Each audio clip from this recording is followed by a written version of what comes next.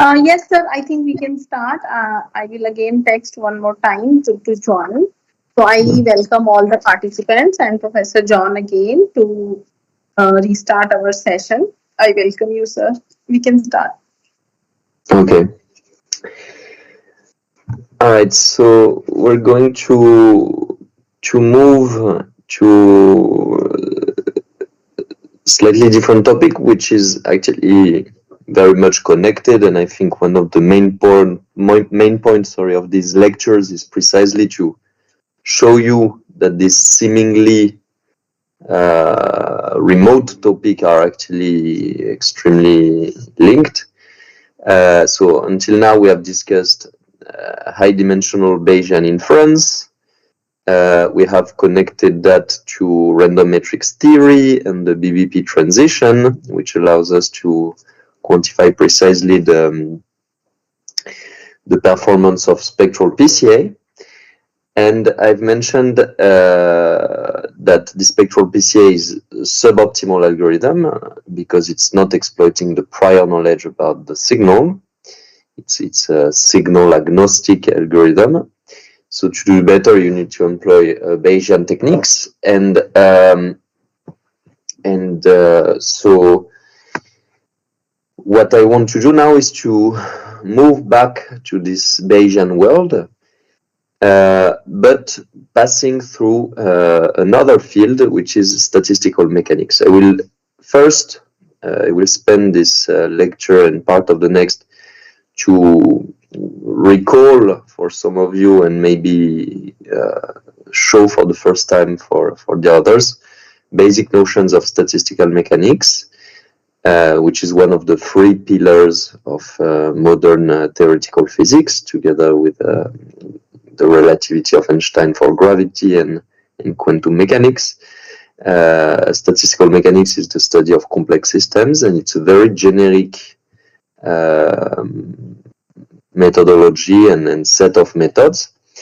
And so I will show you classical, of course it's a gigantic field, so I cannot say cannot present much of it, but I will just give you some basic notions through an illustration, which is one paradigmatic model of statistical mechanics, which is called the Ising model. And I've not chosen it randomly because we will see that this Ising model, which is really by far one of the most studied model in statistical physics, is deeply connected to the Spike-Wigner model. So we will see that the most paradigmatic model of statistical mechanics is actually a version of the Spike-Wigner model, or vice versa. The Spike-Wigner model is a version of the Ising model in the context of inference. So that's also the reason why I'm focusing on the Spike-Wigner model, because it's an extremely general and paradigmatic model, like the Ising model is for physics. And we will see that there is a formal mapping between the two. Okay, so may I ask again, some people in the crowd show their face, and I also would like to know who is or is not at all, so let's say, who is familiar at some level with statistical physics. Can I get a sense of this, please?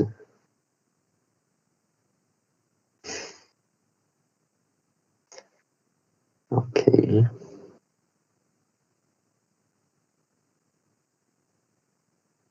All right. So no answer. So I believe very less. I believe very less. Most of us belong to either electronics or IT or computer science. So we read physics as a part of our course in very initial years of degree. So does it mean that you know a bit statistical physics or not? Not really. Not. Okay. Perfect. So I will introduce some not familiar. Okay, Rohan is not familiar, so I will spend a bit of time of introducing some basic concepts and the model, and that will be enough for then connecting this to the Bayesian inference problem that we're considering. So this is a crash course on statistical mechanics. So again, statistical mechanics is the branch of physics that is interested in studying complex systems, so systems that are composed of a very large number of entities. Okay, so originally it was devised to understand liquids, gas, materials, where the individuals there are the molecules, the atoms. But what people have understood is that somehow these techniques are not restricted to study materials and physical systems.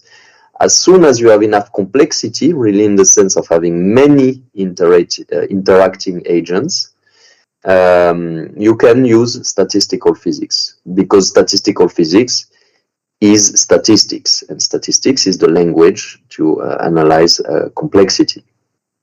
But it's not just statistics; it's a specific toolbox and an approach towards statistical problems. Okay, and one key concept at the core of statistical physics that it tried to explain, and it's really probably the main question that a statistical physics is interested in when tackling a problem, is the notion of phase transition. So it's the fact that you have a complex system, and when you modify, when you tune the value of some control parameter, the system can exhibit drastic change in behavior. So in physical systems, typically the control parameter is the temperature or the pressure. You can influence on this, and you see how the system reacts.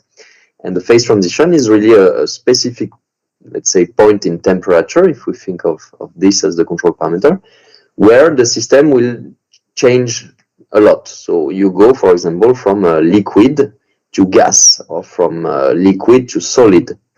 Okay, so basically the individual components of the systems and the rules that dictate their physics is the same.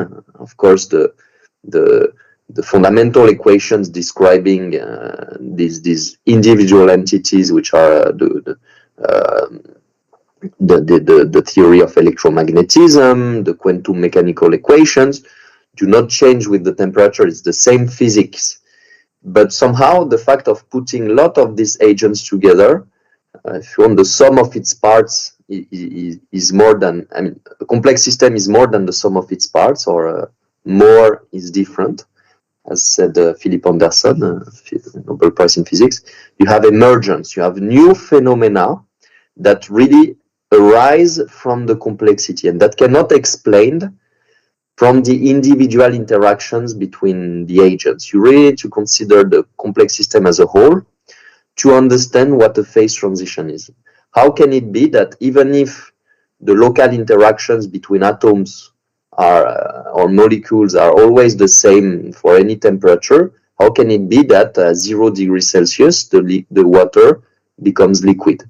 Okay, and this is really an emergent phenomena coming from the complexity, and this is what statistical physics is trying to explain. Okay? But as we've seen already in this course, there are more abstract complex systems where we also observe phase transitions, which are information processing systems. In modern statistical inference, in machine learning, you are processing large amount of data, and you can think of this data as atoms, as individuals that interact some rules which are related to the problem you're studying. But because you have lots of data that somehow interact through the learning or inference procedure, you have emergence of new phenomena, you have enough complexity for phase transitions to occur as well in this context. Okay, but of course the control parameters are not anymore quantities like temperature or pressure. We're talking instead about signal to noise ratio and amount of data and things like this. But the physics behind this threshold phenomena, like the BBP transition, for example, is the physics of phase transitions that we analyze in statistical physics. Okay, so that's for the motivation. Let me see comment.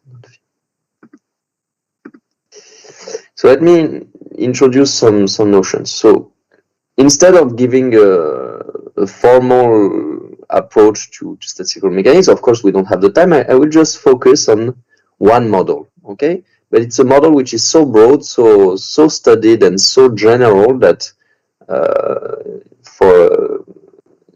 you can actually understand lots of the statistical physics by just focusing on it. So this model is called the Ising model. I'm pretty sure that even if you have not studied physics, you probably heard that name. So Ising was a physicist, and he defined this model while he was doing his PhD. And this is really the paradigmatic model of a complex system. So we will see that it's extremely simple to define.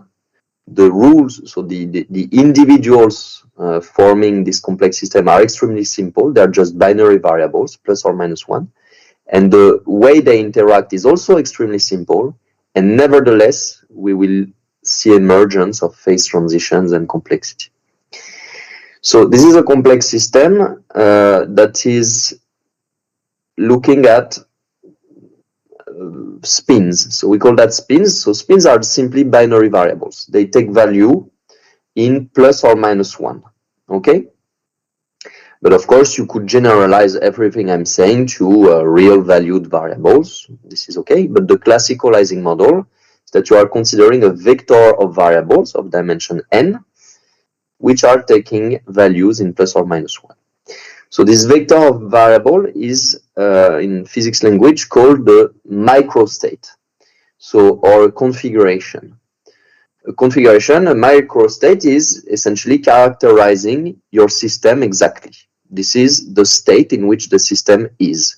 It's a vector of plus and minus ones. You can also, if you come from information theory, engineering, you can think of this as a sequence of bits, and the state of your system is the sequence of bits. It's described by the sequence, okay? And actually, let me also mention that the Ising model and everything I'm discussing now is also deeply connected to communication and error correcting codes. Maybe another example I can mention is that the Shannon capacity, so the maximum amount of bits you can transmit through a communication channel in communication, is a phase transition phenomena. You cannot send more than a certain amount of bits and being sure that the decoder will recover them reliably. The presence of this performance limit is again due to the existence of a phase transition of the very same nature as in the Spike-Wigner model or as in the Ising model. All these are connected. Okay. So that means the number of samples should be very high in amount so that we can retrieve the exact information back. That is what you want to say? In communication, you mean? Yeah, yes, in communication systems. So in communication systems, you have the goal is that, so you want to communicate through a certain noisy channel. The noise level is fixed, and you want to try to communicate at the highest possible rate. So you want to send the maximum number of information bits per channel used. So you want your sequence to be as short as possible for a given amount of information transmitted, right? And of course, the trade-off is that if your sequence is too short, it becomes harder and harder to decode at the decoder side. While if you put more redundancy, you allow longer sequences, it will be easier. For long number of bits, we can easily retrieve the data. Yeah, the bigger the number of bits to encode a certain information, the easier it is to retrieve the data. So the goal is Shannon theorem is. Yeah, exactly. Shannon is telling you that if you're trying to reduce this number of bits in order to be as efficient as possible while communicating, there is a bound to this compression level. You cannot compress more than a certain amount the information before transmitting it, otherwise you will lose information. And this result, the Shannon result, is really a result about the existence of a phase transition. You go from essentially a regime, what we call a phase in physics, where communication is reliable because you send enough, long enough sequences for the decoding to be reliable. But if you try to shorten too much, there is an amount of shortening which is not possible to reach. Beyond that point, you can prove that decoding will be unreliable. You will make errors.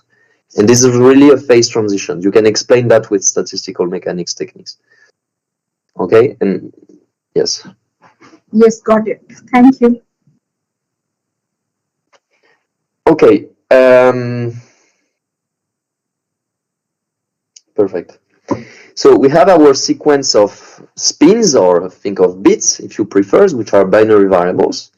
And we're going to associate with this microstate, with this vector, an energy function, what we call a Hamiltonian in physics, okay? So the Hamiltonian H of sigma will be defined like this. It is minus J over N, where J is a positive number, sum over every pair of components, sigma I, sigma j, minus h sum of sigma I, okay? So this energy function, which takes as input a vector of spins and output a scalar, which is the energy, depends on two parameters, this j, which we call the coupling strength, because these are couplings, these terms are couplings between components, and this is called the external field, okay?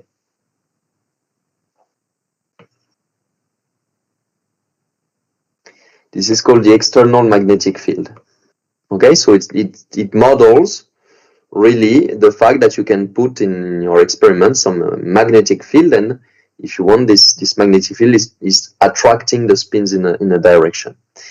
You can see that this field is indeed attracting the variables in one direction or the other, depending on its sign, through the fact that we're going now to associate a probability distribution to our vector of spins. Excuse me, this is a bit, there are a lot of things there.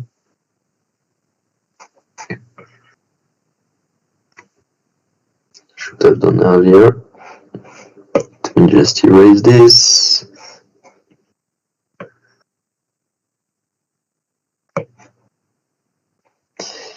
So we're studying this vector of spins that we think as a random variable. We have a random vector of spin, so we need to associate to it a probability distribution, which is here. And this probability distribution is called the Gibbs-Boltzmann distribution, or people just call it the canonical distribution. This distribution looks like this. It is exponential of minus beta times the energy. This beta is representing what? In physics, it's representing the inverse of the temperature. So when beta is large, it means that you are considering that the system is at low temperature, and vice versa. Okay. So you see, it's a very generic model. It's just written in exponential form, but of course you can write down essentially any probability distribution in exponential form. But what is important is what this exponent is. This exponent, which is the Hamiltonian, the energy, is encoding how the variables interact with each other. Okay? And so in the Ising model, and here, sorry, there is the normalization constant, which is just the sum over all possible configurations of the numerator. And this normalization constant is called in physics the partition function. Okay?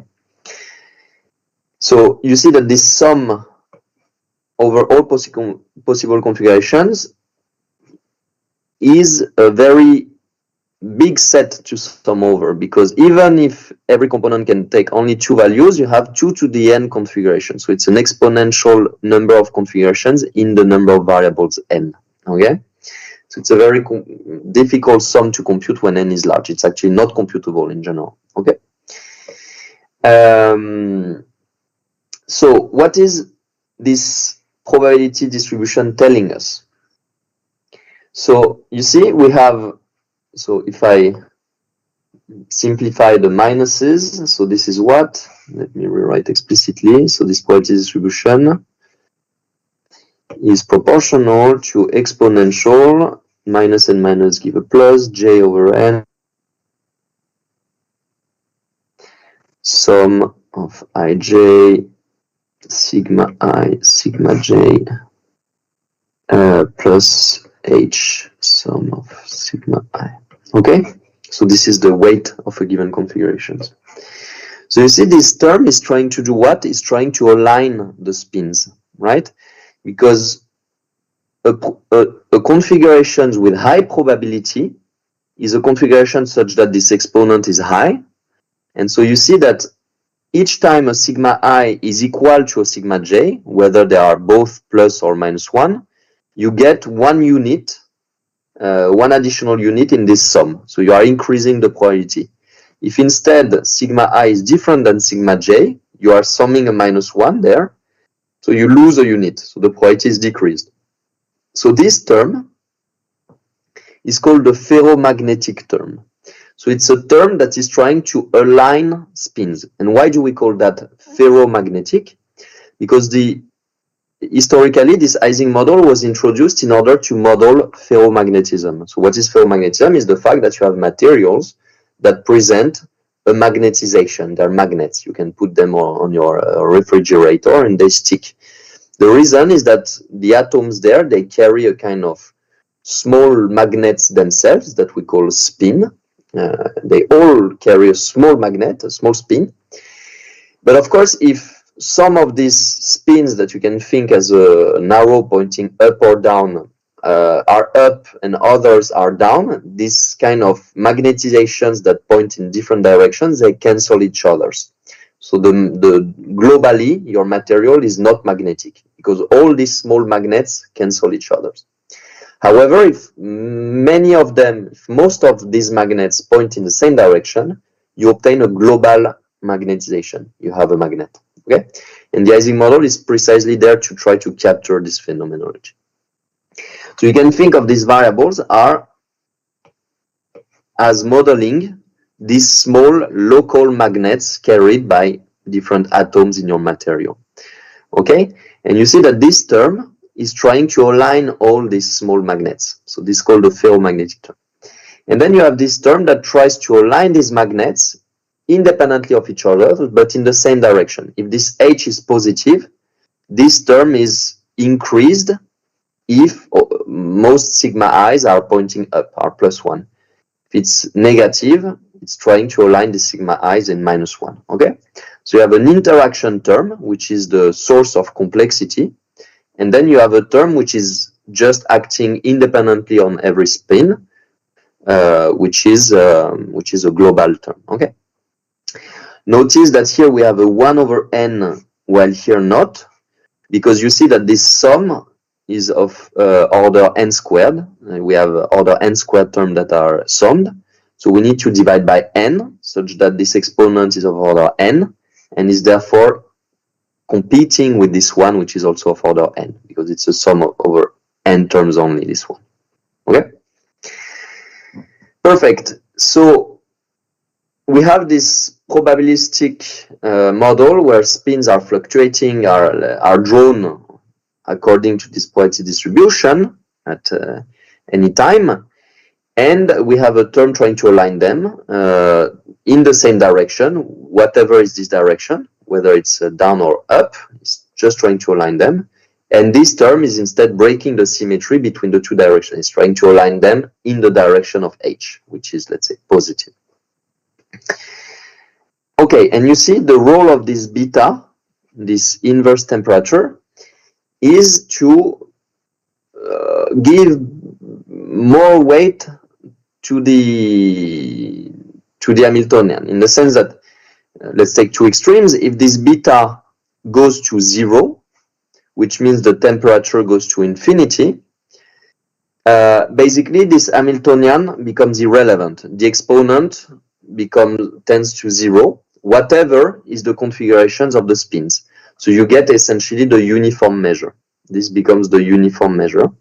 So it means that at high temperature, the variables can take any value with the same probability, essentially. Okay, and it means that basically they are independent. Okay, so at the high temperature destroys the effect of the interactions between them. It just becomes independent variables. Okay. On the contrary, if beta tends to infinity, which means that the temperature goes to 0, at very low temperature, this exponent becomes very important. And basically it means that the only configurations that will have a non-negligible probability are those that have a high exponent there, meaning, because of the minus here, a low energy. So you see a physical system, which is described by a Boltzmann distribution, is trying to minimize the energy like this. So configurations with a smaller energy tends to have a higher probability. And those configurations with a low energy are those configurations where most of the spins have the same sign. Okay, and at the same time, they have the sign of this field H. Okay, is it understandable, this distribution? I hope so. Okay, perfect. So what? Perfect. Thank you for the feedback. So now we need to define an interesting quantity to analyze for this system, to go essentially from the microscopic description of the system in terms of its microstates. So this is really the configuration of a system. It's the sequence of bits of spins describing it. But in statistical physics, you're generally not interested in describing a system at that level. This is too fine, and you usually don't care, and you usually cannot describe all the state of a complex system in a gas or solid. You cannot. First, you're not interested in describing all the positions and velocities, which would be the microstate of your system. It describes exactly what is going on at any time. You are not interested in knowing all the positions and velocities of the particles in a gas. And moreover, even if you were interested in doing so, which I doubt so, you could not, because you could not store in a computer all these positions, and this is too much information. Okay, it grows exponentially. Yeah, there are too many configurations that you can potentially store. So this is a meaningless question. What you need to focus on are what we call macroscopic quantities, things that kind of summarize the state of your system in a more macroscopic version. So these are things you can observe and store in a computer and make sense of. Okay, so this is what we call in statistics sufficient statistics to describe the system, or an order parameter in statistical physics. So the natural order parameter in the Ising model is called the magnetization. The magnetization is simply the average magnetization. So it's the sum, the empirical average of all these little arrows, of all these spins. Okay, you make and we are interested to study the value of this quantity in the limit of large size. Okay, in statistical mechanics, we are always interested in studying what happens for the very large size limit. And of course, real systems are not infinitely large, but again, for the same reason as in inference, we can study large size limits and say things about real systems. The same in StatMech. The point is that you have concentration. Quantities like this tend to very quickly approach their theoretically computed limit as n increase. So and the numbers we're talking about in statistical physics are huge. the typical number of variables in a statistical physics system is the Avogadro number, is something like 10 to the 24. So it's a very huge number. So you can think of it as infinite. And indeed, the asymptotic description matches very well what you observe in practice with a extremely high accuracy. Okay, so this is the limiting object, and you can even, because by concentration this object tends to its expectation.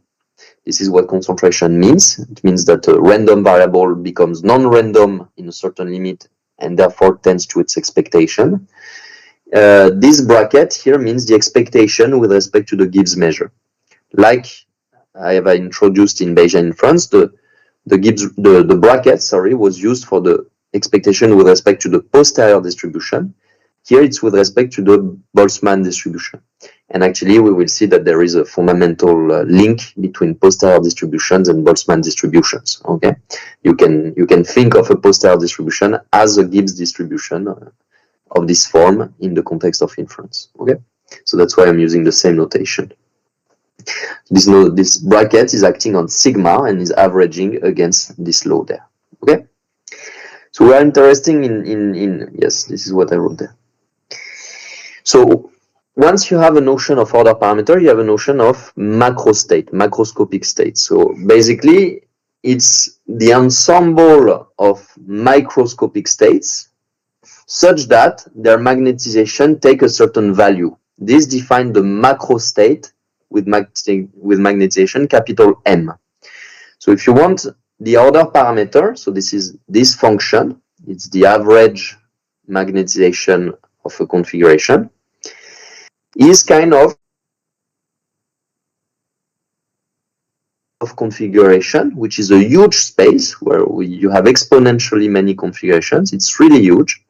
In this case, it's all the points in the hypercube of dimension n. You can divide this hypercube, this configuration space, into large regions. And these regions are defined by what their magnetization is. Okay, so somehow you are clustering the space of configurations in non-overlapping regions, which are described by their magnetization. Okay, and this is what we call macro states. These different regions are different macro states. Okay, and each of these regions generally contains an exponentially large in n number of microstates of configurations. Okay, perfect. So now the question is, can we understand, can we analyze what are the macro states that one would observe in experiments? Okay, so we want to make sense of the physics of the problem at the level of what we can observe, of the level of macroscopic variables, like this magnetization, for example. Okay? The key tool to do so is using what we call a generating function. So again, remember, like in the context of the previous lectures, we've seen that the mutual information is somehow also a generating function, because by taking a derivative with respect to the mutual information, with respect to the signal-to-noise ratio in a Gaussian channel, we had access to an order parameter of interest. It was the MMSE. Okay, so from this high-dimensional integral that is the mutual information, by taking a derivative, we access a kind of summary statistics that describe the state in which the problem is, which in the context of inference is the minimum mean square error. In physics is the same. The equivalent of the mutual information, this generating function, is called the free energy or free entropy. It depends on what sign you put. So it's a free entropy or free energy, depending on the sign that you put here. If you put a plus, it's the entropy. If you put a minus, it's the energy. So this let's say free entropy, let me take a plus because it's easier for the computation, but this is just a name, is what? It is the log of the partition function. This partition function, again, is the normalization constant of the Boltzmann distribution. Okay?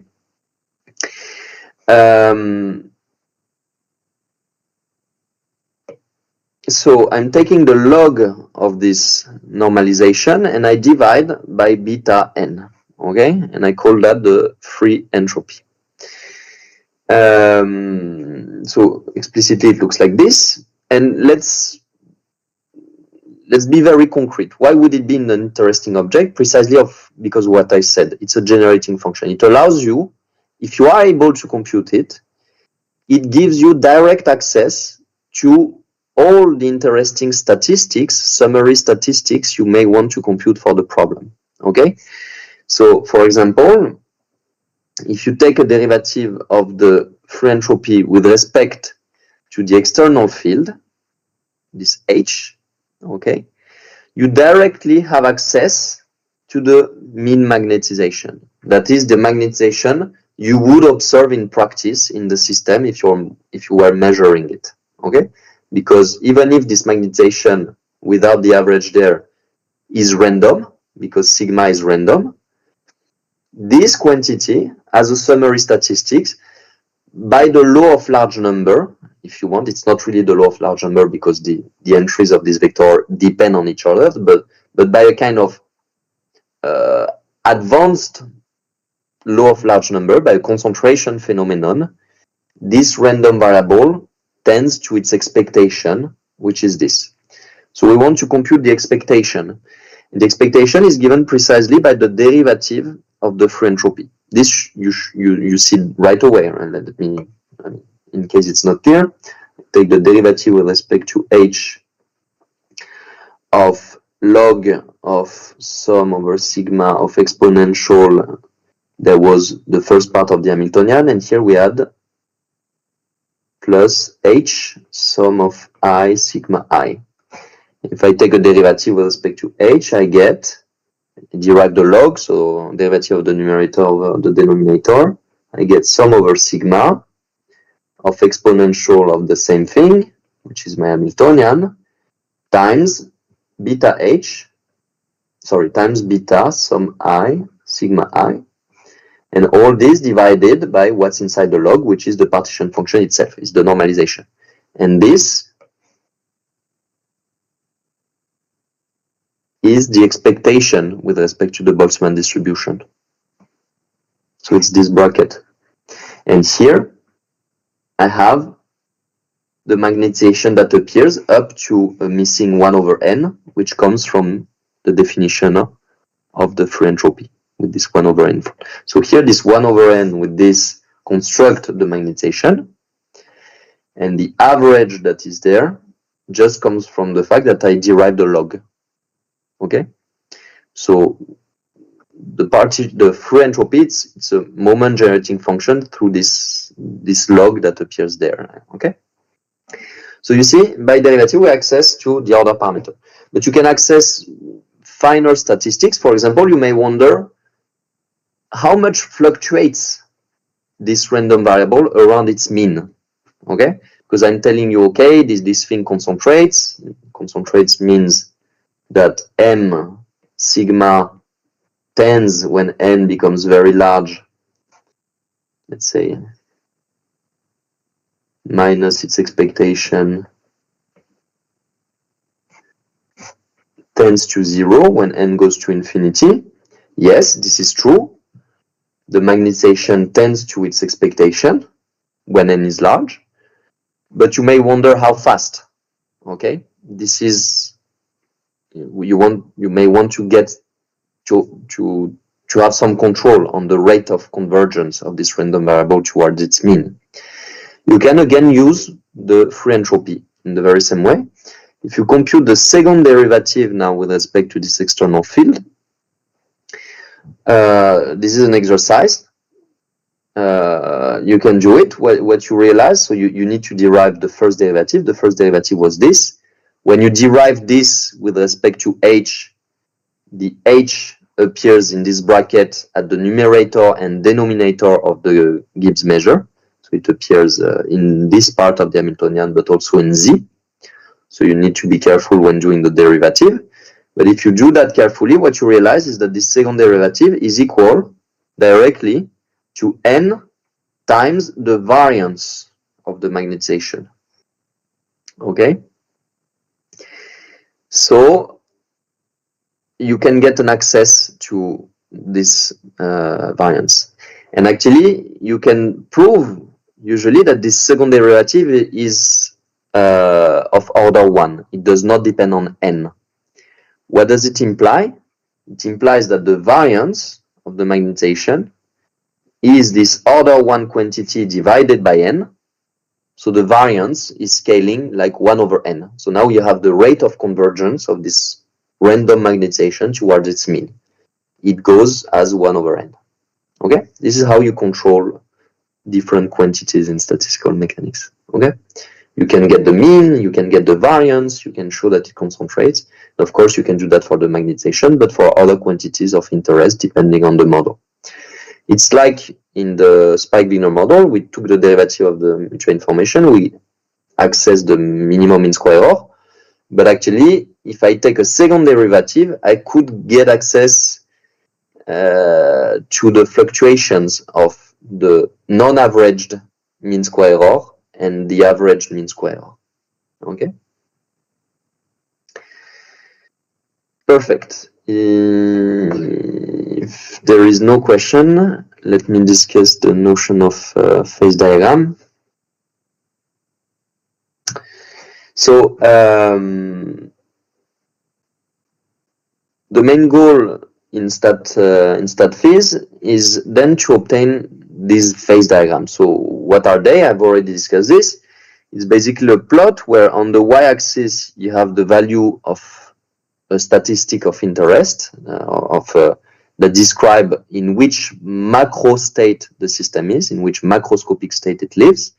In the Ising model is the magnetization, as a function of some control parameter, which in this case is the inverse temperature. Okay, but you could also here put the H, for example, the magnetic field. So in the Ising model, the phase diagram looks like this. You can analyze it and show that the magnetization will be strictly zero in the large system limit, which in physics we call the thermodynamic limit, because of course statistical physics is connected to thermodynamics. It's basically the explanation behind thermodynamics. And the thermodynamic limit is the limit where the system goes to infinity, its size. In the thermodynamic limit, in the Ising model, the magnetization is strictly zero before a certain, and then it becomes non-zero, okay? And depending on the sign of the external field, it will go to a positive value that tends to 1 when beta tends to infinity, so when the temperature goes to 0, or -1 when H is negative. So it allows to, the magnetic field allows, if you want, to select a branch between the two, okay? And so now now that we have this, we can describe the system at the macroscopic level, say in which phase it lives. Before this phase transition, the system lives in the so-called paramagnetic phase. It's a paramagnet. So when the temperature is high, it has no global magnetization, which is assessed by the fact that the sum of the local magnetizations, the sum of the spins, is 0. Okay? So paramagnet means no magnetization. So, and indeed, if you take an actual magnetization on your fridge and you put it at sufficiently high temperature, you will see that you will destroy the magnetization. It will lose it because you will place it in this paramagnetic phase. Okay? Now, if you decrease the temperature, at some point, the structure, let's say the alignment induced by this term in the energy function wins against what we call the entropy, which is the effect of the temperature, which try to randomize the problem. And the problem exhibits a magnetization, okay? So here it goes from 0 to non-zero in a continuous manner. It's called a second order or continuous phase transition, like the BBP transition is. It's the same nature of phase transition in BBP. The outlier is sticks at the endpoint of the bulk of eigenvalues of the noise, and at some point it escapes in a continuous manner. And the associated error of PCA is 1, and then it's less than 1 continuously. It's a second order transition. Here is the same. The magnetization starts to become non-zero. Here is the non-analytic point. So by definition, a phase transition is really a point where the free entropy has a non-analyticity, which manifests itself by a cusp or a discontinuity in an order parameter. Okay, and indeed here, this magnetization is this is given by the first derivative of the free entropy, and you see that here the first derivative exists, but the second derivative would explode. Okay, so this is why it's called a second order. You would have a divergence in the second derivative of the so-called thermodynamic potential, the free entropy. So the magnetization, yes, I will send the notes. Yeah, I wanted to make a comment as well. Yeah. Yeah, so the number of paramagnetic states is much higher than the number of ferromagnetic states. So this is what explains of microstates, you mean? Of microstates, exactly. Yes. So the density of states of paramagnetic is much higher.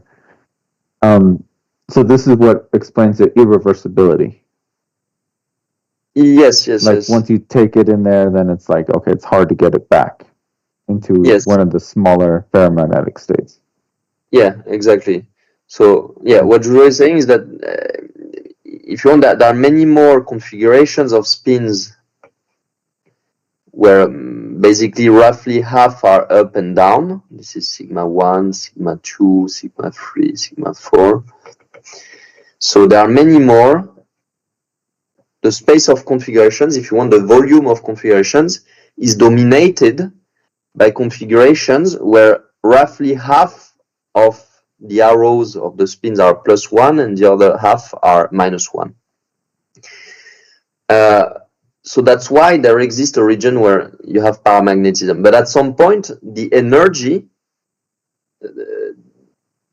if you want, the fact that the probability distribution is defined like this, with an energy that drives the systems toward more structured configurations, at some point will win against this entropy, in the sense that even if it's true that there are many more configurations with half up and half down, the energy will reweight those fewer configurations where there is a fraction of them which are up, which is bigger than 1/2, which has therefore a magnetization, and so you will bias the probability measure towards these more rare configurations, so that globally the system has a magnetization. So you try to compete against these very many configurations.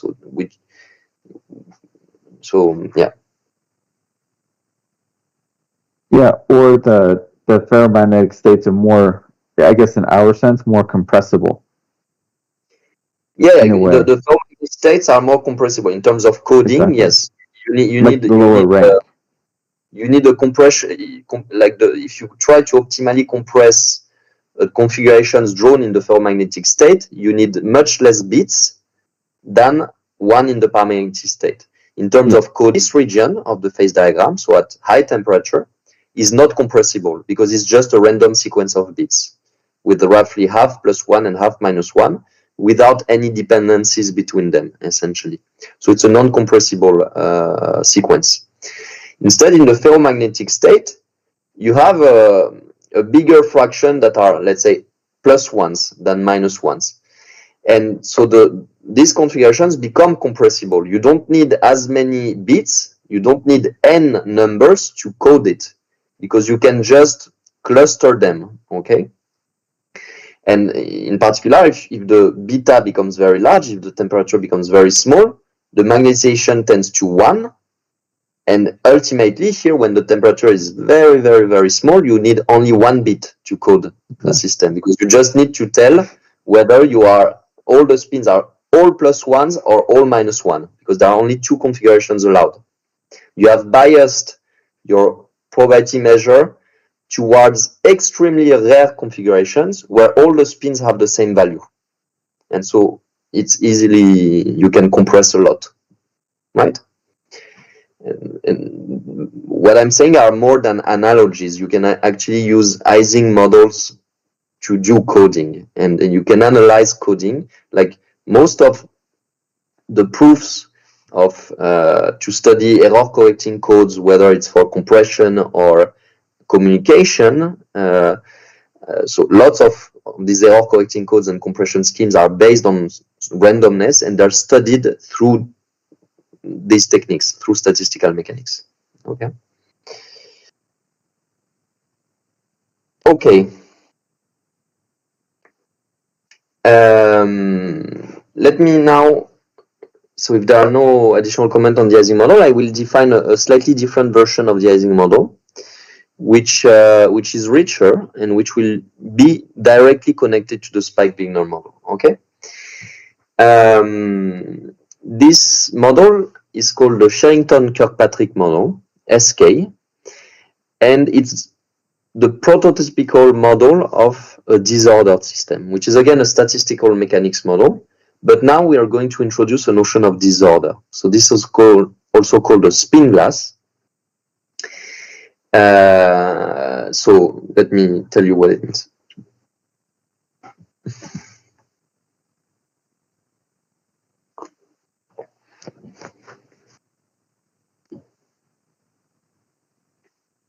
And by the way, error correcting codes like, I don't know, low density parity check codes and things like this, for those who know, are spin glasses actually. Okay. And yesterday I've read a very nice sentence, because I found this article on Quanta magazine. I will send it on the chat later. And because there has been a Nobel Prize recently for a statistical physicist working on that develops lay the grounds for machine learning and the kind of things I'm discussing. One of them is Hopfield, which studied neural networks through statistical physics. And the article starts by saying something like, spin glasses is the most useful, useless method and approach that has been devised so far. In the sense that originally people that studied spin glasses in the 70s, this kind of model, were trying to explain very weird, like material, where basically you take a very pure material, let's say like iron, and you randomly place particles of another material, let's say gold, and you want to see how this default, this perturbation change the material. And they thought there could be interesting applications in condensed matter, which has never been the case. It was completely useless. So the original motivation was to study completely useless systems, but the set of techniques and methods and concepts that have been developed to study these useless systems ended up being one of the most useful, because now spin glass theory is really at the core of the theory of machine learning, inference, and tons of other. It's the tool to study complex systems, which is very general, of course. So I like this sentence. Spin glasses is the most useful, useless theory. This useful, useless theory is. So again, instead of being very formal, I will just introduce a model, the paradigmatic spin glass, which is called the SK model. So it's again defined by a probability distribution, a Boltzmann distribution, where now the Hamiltonian is again an Ising model. Okay. So we see again a sum of pairwise interactions between binary variables. These sigmas are the same spins as before, plus and minus ones, or bits if you want. But now, so we have a difference in the Hamiltonian. There is this term here. So you see we have a 1 over square root n in front, and we have an additional 1 over square root n. So this is the same term as before. Okay, it's what I called J before. So this is the ferromagnetic part. So this term is trying to align the spin. So if I put a minus there, if I want to, yes, if I put a minus there, it's minus there, and J0 is positive. You see that minus minus gives us a plus. This is a term which is favored by configurations by sigma I, sigma j taking the same value, whether it's plus or up or down. So it induces ferromagnetism. So this is the same term as before. Sorry. Same term as before. But now there is another term, which is this random component, Jij, which has a different scaling, 1 over square root n here. This is not a typo. And these Jij are IID random variables, which are Gaussian. Okay? So now you see we have two levels of randomness. So there is the fact that we're considering a random vector of spins. So this is the first random variable. But the probability distribution of this random vector depends itself on another randomness, on another random variable, which is this matrix of interactions, Jij. While before it was just a single parameter. Okay? Of course, you could put also an external field as before, no problem, but let's simplify. So you have a ferromagnetic term aligning the spins, trying to align the spins, and then you have these random interactions that take random signs. So you see, depending on the sign of this thing here, if this is positive, with the minus there, if this is positive, it will try to anti-align sigma I and sigma j. Let's say this, it will give 1 unit in the exponent, which will increase the probability if the two variables are of the opposite sign. But if it's negative, it's trying to align the two variables. Okay, so it means you have these interactions between all these binary variables. Some of them try to align them, some of them try to anti-align them, some of them try to align. And this create a very complex systems because you can have frustration. So what does it mean, frustration? Maybe you have a variable there which is sigma 1, which is interacting with sigma 2, which is interacting with sigma 3, which is itself interacting with sigma 1. And let's say that we put this J12 is positive. So it's trying to align these two variables. The probability of observing plus and plus or minus and minus is larger than the opposite. Let's say that this J23 was also generated as a positive. So perfect. These two constraints agree with each other. They're both satisfied if the variables are all up. But here you could have generated randomly a J13, which is negative. So you see you have created frustration in the sense that you cannot find the configurations where all these interactions will be satisfied. This tells B of the same in the same direction, this one as well, but this one is saying the opposite. So you need to make one of these interactions unhappy, right? And so this will induce a very complex energy landscape. This function becomes an extremely complicated function, and this probability distribution is extremely rugged and rough. So now if you look at the energy, the probability of different configurations, it's a much more complex landscape than for the Ising model, okay? And this is really the prototypical model of a disordered system. And this matrix of interaction, we call that the quenched randomness, or simply disorder. Okay, so conceptually, what you do is that you first draw at random this disorder according to its law, okay? And conditional on this disorder, you define the probability distribution of your spins, okay? This is not a probability distribution over J. J is fixed here. That's why I put it as a subscript. It's a fixed matrix, okay? It was drawn randomly earlier, but once it has been drawn, it defines this probability distribution. So it's conditioning on J. Like in inference, the post-error distribution is conditional on the data, but the data was drawn randomly earlier. So in inference, what plays the role of this quench randomness is the data, and I will make this mapping more formal after, okay?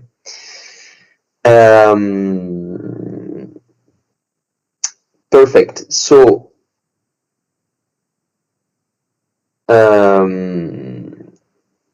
okay, can I take 5 more minutes, Jasper? Is it okay? Yes, sir. You can continue. Okay, perfect. So now you may wonder, okay, we went from the Ising model, which is a rather simple model, yet not so simple. Despite its simplicity, we observe the phase transition, so an emergent phenomenon rising from complexity. What happens in this one? So there will be transitions as well, but to describe the nature of the phases of the system, so to describe its macroscopic states, it is not enough anymore to consider the magnetization. It's not a fine enough statistics. It's one meaningful statistics to look at. But if you want to understand a spin glass like this, you need to look at a more subtle statistics to describe its state. Okay? So what you need to define, in addition to the magnetization, because we still can have a ferromagnetic transition due to the presence of this term. If this J0 is big enough, it will win against this randomness, and the model will behave as the Ising model, okay? So it will simply align the spins in all the same direction, and you will have ferromagnetism, okay, if this is large enough. But if this is small, and the randomness is the term that matters more, different things will happen. And to describe these different things, you need another order parameter, different statistics. And this statistic is called the overlap. So what is the overlap? The overlap is simply the inner product, okay, the 1 over n inner product between two configurations of the Boltzmann distribution. So these are called replicas. I'm already mentioning this because we're going to study tomorrow the replica method. Replicas means what? Means that you just sample at random two configurations from the same distribution, from the Boltzmann distribution, which is there. So you take sample 1 and sample 2. In parentheses, this is a hard problem in general. This type of probability distributions are very hard to sample. This is a whole problem itself. If you try to do that efficiently, it can be very hard. So depending on the temperature, you may or may not be able to sample. But in general, let's assume you run a Monte Carlo procedure, you let it converge. Maybe it takes the edge of the universe, but let's say you let it converge and you obtain a first sample from this distribution. Then you do it another time, you wait the second time the edge of the universe and you get a second sample. And you compare these two samples by just computing their inner product. Okay, what's their overlap? Okay. This is what I mean by here. You take two IID samples from the Gibbs measure. They share the same J. This is important. They draw from the same Gibbs measure. So the randomness in it, the disorder in it is the same. And what will happen is that now the phase diagram will be richer. Okay, you will realize that there is a new phase that you could not describe just using the magnetization that appears. So the phase diagram looks like this. Now it's a diagram as a function I put on the y-axis the inverse the temperature, sorry, so 1 over beta, and on the x-axis I put J0 divided by beta, but this is just a convention. Let's say J0, okay, the ferromagnetic term. What you see is that the system now has 3 phases instead of 2. Before we had just the paramagnetic phase where there was no global magnetization, and the ferromagnetic phase where most of the spins were aligning in the same direction. Okay. Now the picture is richer. You have still a paramagnetic phase at high temperature and sufficiently small ferromagnetic bias equal to 0. Okay. But also the overlap is equal to 0. What does it mean? It means that if you draw 2 samples from the measure, they will look completely different. They have nothing in common, essentially. They are orthogonal to each other. If you think Q is the angle between these 2 vectors, the angle is, when in the large size limit, is 0. So they are orthogonal to each other. So they are independent. Okay? Now, if you increase sufficiently the ferromagnetic term, you have a ferromagnetic region, which is described by a non-zero magnetization. So you have a global alignment of the spins, and therefore the overlap is also non-zero, because if you sample the system once, let's say 70% of the spins are up. If you sample it another time, you will have again 70% of the spins up, maybe not the same, but of course you will have fraction of them in common, okay, because you have more than half that are up. And so the overlap is non-zero. These 2 configurations are not orthogonal. They have an angle, a non-trivial angle between them. So this is the same physics as the Ising model. But now there is a new phase that appears, which is extremely rich, and the study of which is a whole field in physics, and by the way, got the Nobel Prize to Giorgio Parisi 4 years ago. It's a whole field in physics, it's a whole field in mathematics, it's a whole field in computer science. It's a very, very important thing to analyze. It's called the spin glass phase. So the spin glass phase is a phase where the magnetization is 0. So if you sample the system once and you look at it, it looks like you are just a paramagnet. You have no global magnetization. It looks like you live in this phase. So you could tell, okay, I just have drawn a configuration from the classical Ising model at high temperature. You could not distinguish it from this, okay? However, something fundamentally different happens. The Q, now the overlap is non-zero. So it means that even if the system looks configurations drawn at this temperature and this ferromagnetic bias somewhere in this phase looks random, it is not. In the sense that, yes, one configuration looks very much random, but if you draw another one, it will have something in common. So if you want the system as a memory, you draw multiple samples, they all individually look completely random, a sequence of random bits of -1 and 1s with roughly the same proportion of plus and minus 1s. But if you compare them, they will look very much alike. So somehow the system has a memory there. And actually you can use that as a memory in processing systems, okay? And in particular, these kind of phases are related also to model of neural networks that retrieve memories and all that. So this is the Hopfield model. But this is a system where, this is a phase where the system remembers, even if it looks random, it remembers from one configuration to the next where it lives somehow. So you are only sampling a subset of the space of configurations where all of these configurations individually look random, but they're close to each other somehow. Their angle is not zero. Okay, perfect. Perfect. I think we can stop there, and I will continue this afternoon. And what I will show you is that this SK model, this spin glass, is actually the Spike-Wigner model in this GWIS, or vice versa, because historically the SK model appeared before. The Spike-Wigner model is an instance, is a version of the SK spin glass, and so naturally you can use statistical physics techniques to study the Spike-Wigner model, and this is the bridge between statistical mechanics and statistical inference. Okay, so we're going to do that later. So we meet in 45 minutes, I guess. Yes, sir. We'll meet after 45 Yes. minutes. Okay, perfect. So see you. Have a break. Cool down your brain, and we continue after. See you. Yes, sir.